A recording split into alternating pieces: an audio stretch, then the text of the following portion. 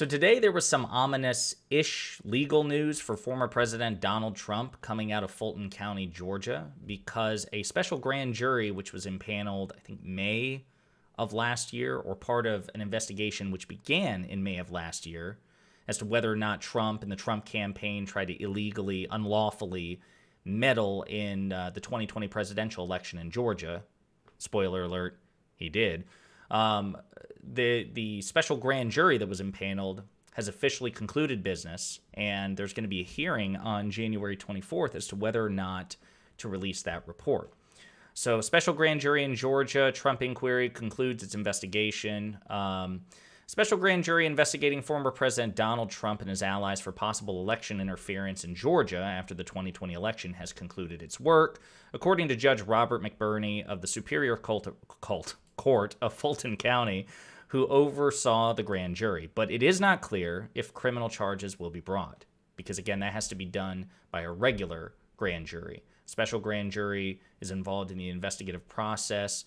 A grand jury determines whether or not criminal charges should be brought against a particular person. So a report written by the jury was reviewed by the 20 judges on the court in Fulton County, which encompasses most of Atlanta. The report has not been publicly released, so it's not clear what the grand jury has recommended. It began its work last May. A hearing will be held on January 24th, and the grand jury is recommending that the report be made public, according to the judge's order. But again, a hearing has to be, held to determine whether or not that can or should be done. Any criminal charges would have to be sought by one of the regular grand juries that consider criminal matters in the county. The district attorney, Fannie T. Willis, has informed nearly 20 people that they may face criminal charges as a result of this investigation. So this report's going to be very important to people like Rudy Giuliani, the America's greatest pocket pool player, as you may remember from the Sacha Baron Cohen footage from that movie in the hotel room. I mean, just again, what an embarrassment to the legal profession. As well as David Schaefer, the chairman of the Georgia Republican Party. He is also potentially on the line for criminal charges. It is not clear, the article says from the New York Times, if Mr. Trump himself is a target of the investigation. Can't imagine why he wouldn't be, but that's not been confirmed. Now, in terms of specific things that the special grand jury and Willis are investigating, one of them was that phone call, which I know you remember, in which Donald Trump just baldly just asked the question, no rhetorical flourish, no rhetorical trick, no plausible deniability, just flat out asked the Georgia election official, Brad Raffensperger, the guy running Georgia's elections in 2020, just asked him to find Trump the votes that Trump needed to win Georgia. And we've got a clip of that because it's worth listening to again.